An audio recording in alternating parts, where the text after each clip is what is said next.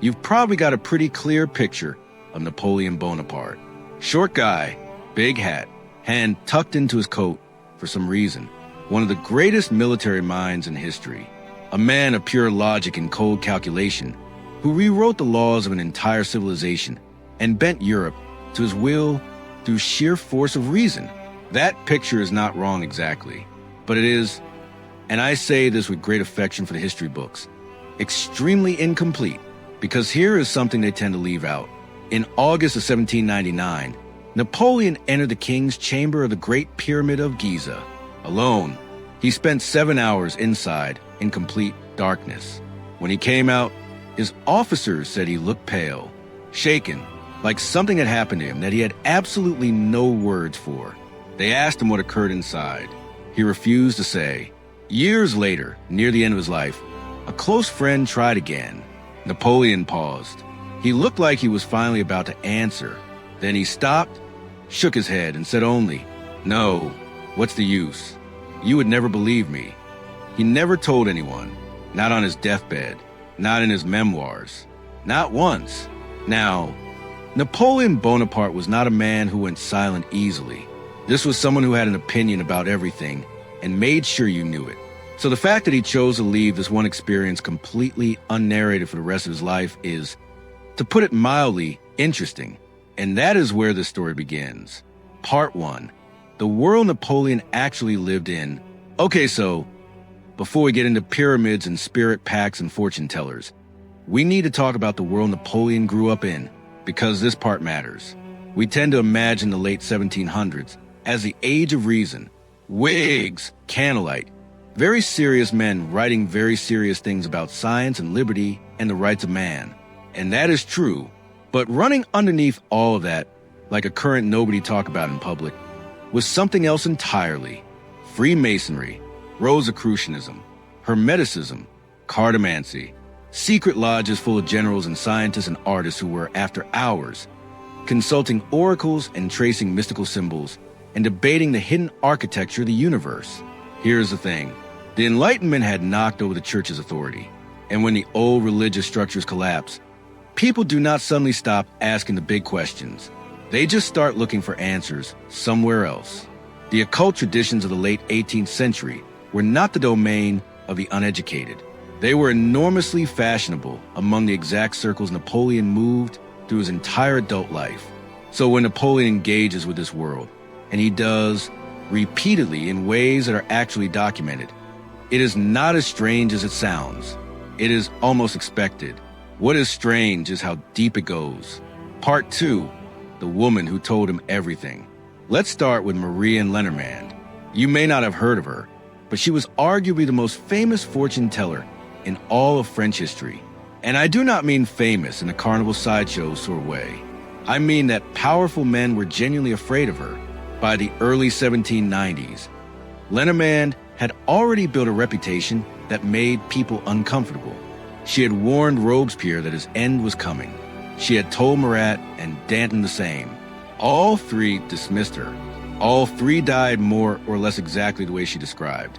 So when a young, still relatively unknown army officer named Napoleon Bonaparte turned up at her salon somewhere between 1791 and 1793, she was already the person you went to if you wanted to know something you were not sure you wanted to know. He sat down. He extended his hand. And she read it. She told him he would win great battles, that he would marry a widow, that he would conquer a kingdom.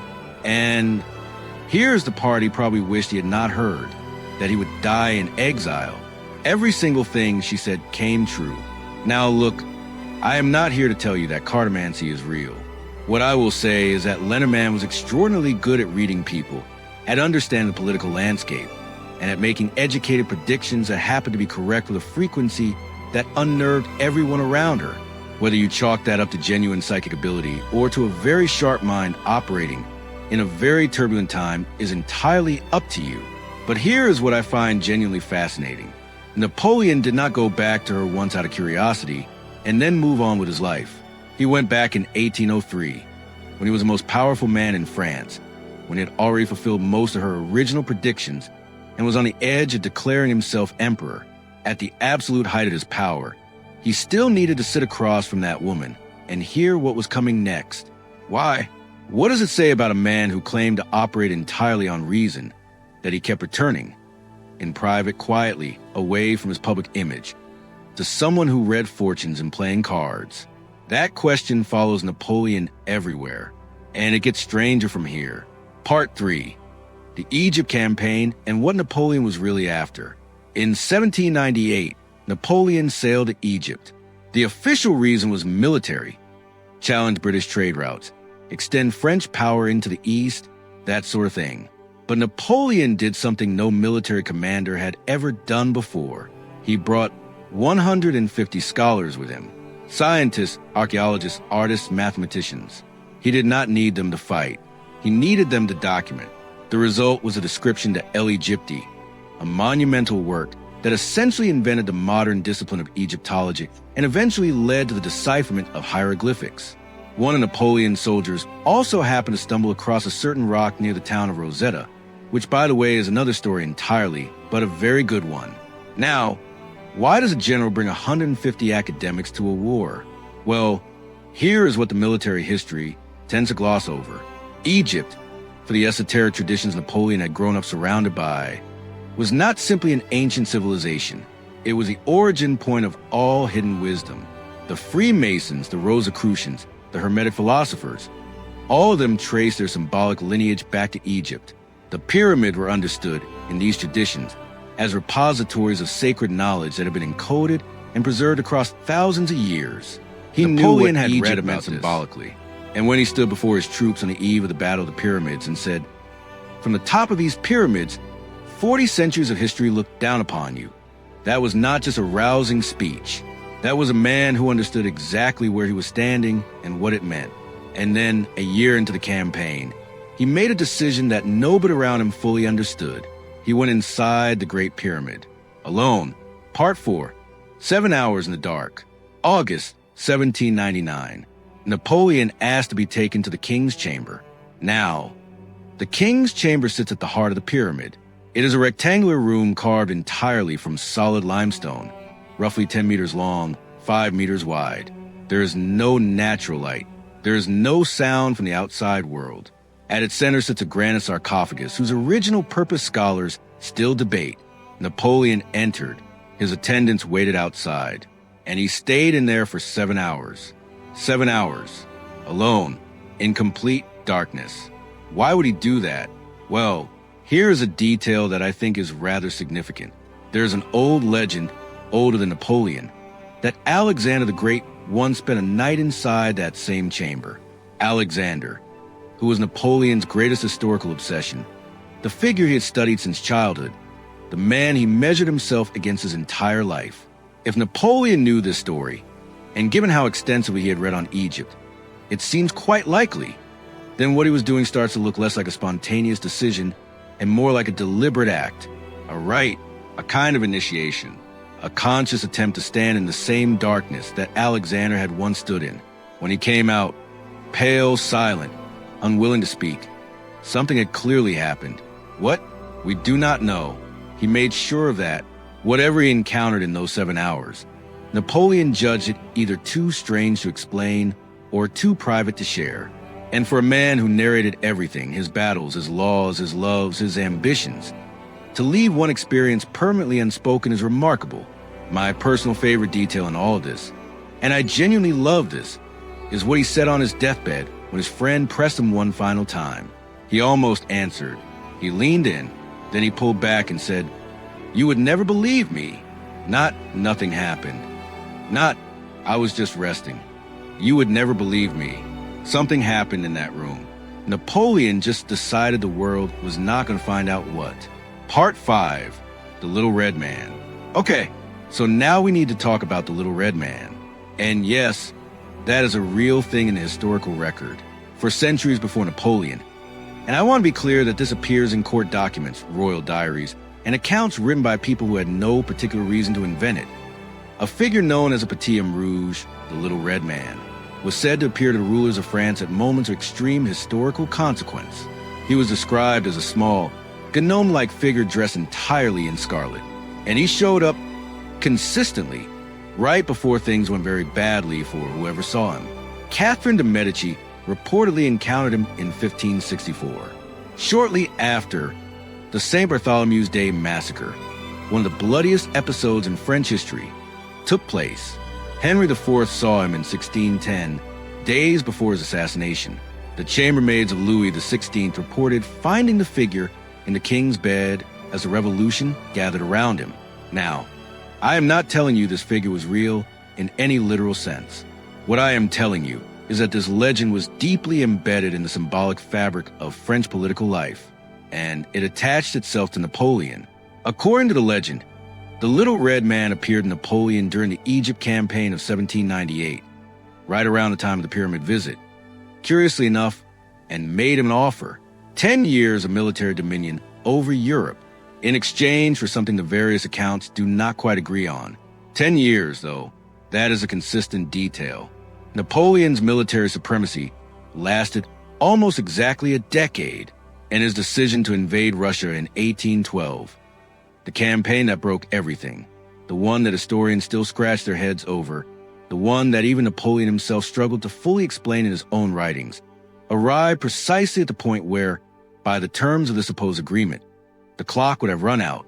The legend says the Little Red Man appeared to him the night before the Russian campaign, told him the 10 years were finished, and Napoleon crossed the border anyway. Now, is any of this literally true? That is genuinely hard to say. What I find more interesting is the question of why this mythology assembled itself around Napoleon so specifically and so consistently. Legends like this do not attach randomly to historical figures. They cluster around the gaps, the silences, the unexplained decisions, the moments where the official account does not quite add up. Napoleon left a lot of those gaps. Part 6, The Masonic Machine. Here is where Napoleon's story becomes, I think, most strategically fascinating, because while all of this private mythology was accumulating, the fortune teller, the pyramid, the compact, the spirit that apparently followed him through his campaigns, Napoleon was simultaneously running one of the most sophisticated influence operations of his era, and it ran directly through Freemasonry. By the time Napoleon consolidated power, Masonic lodges existed in virtually every city his armies entered, and they were populated by exactly the people whose cooperation mattered most: intellectuals, military officers, civic administrators, the people who could either stabilize a conquered city or make it ungovernable. Napoleon understood something that pure military force cannot teach you. That formal authority requires a supplementary layer of symbolic community to actually function at scale. People follow laws and armies, yes, but they commit to networks. And Masonic lodges were networks. His brothers held prominent Masonic positions across the territories he administered. He used the lodges to distribute patronage, coordinate elite consensus, and extend his reach through channels that conventional governance simply could not touch. Now, did Napoleon believe in Freemasonry as a spiritual system? Almost certainly not in any sincere way. He was using it. That is clear. But here's the question I keep coming back to. Part 7, The Book of Fate. Right. So shortly after Napoleon's death in 1821, a document appeared in London. It was called Napoleon's Oraculum, or in some editions, The Book of Fate. And the story attached to it is, well, exactly what you would expect from something called the Book of Fate. According to the preface, the original manuscript had been discovered during the Egypt expedition, inside a royal tomb near Thebes. It was a papyrus scroll attached to a mummy, found in a sarcophagus inside a mountain. Napoleon is said to have had it translated in secret and have consulted it as an oracle throughout the rest of his campaigns. And this is the part that gives it at least a sliver of credibility. When his personal desk was captured at the Battle of Leipzig in 1813, occult documents were reportedly among its contents. Now, is this story true? I want to be honest with you here. The historical evidence is limited, and the document reads in several places like exactly what it probably was: a text constructed to meet the enormous public appetite for Napoleonic mysticism that flooded the literary market the moment he fell from power. But consider this. The legend emerged immediately. The specific details, the Egyptian tomb, the mummy, the secret translation, the captured desk, were not challenged by the people who had actually known him. They were absorbed. They felt consistent. And that, to me, is the real story. Not whether the Book of Fate was genuine, but why the image of Napoleon secretly consulting an Egyptian oracle felt so plausible to everyone who had watched him operate. Something in his private behavior had clearly suggested this was exactly the kind of thing he might do. Part 8. So what was actually going on? Okay, let's take a step back and ask the real question here. What was Napoleon actually doing with all of this? The simplest explanation, that he genuinely believed in the fortune teller, the spirit compact, the sacred Egyptian text, probably goes too far. Napoleon was too sharp, too self-aware, to hand himself over completely to any framework he could not also control. But the opposite, that he cynically dismissed it all as superstition while deploying the symbols purely for political effect, probably does not go far enough either. Here is what I think is actually happening, and it is honestly more interesting than either version. Napoleon carried a weight that has very few historical parallels. For over a decade, he held responsibility for the fates of millions of people, fought wars whose outcomes turned on contingencies no calculation could fully control, and maintained a public identity of total confidence and rational command. That identity was real, but it was also incomplete. There are things that rational frameworks simply cannot address. The question of whether your luck will hold, whether the thing driving you is destiny or delusion, whether the clock is running out. The fortune teller confirmed that his fate was extraordinary, while also quietly naming its limits. The pyramid confronted him with something his constructed identity had no room for.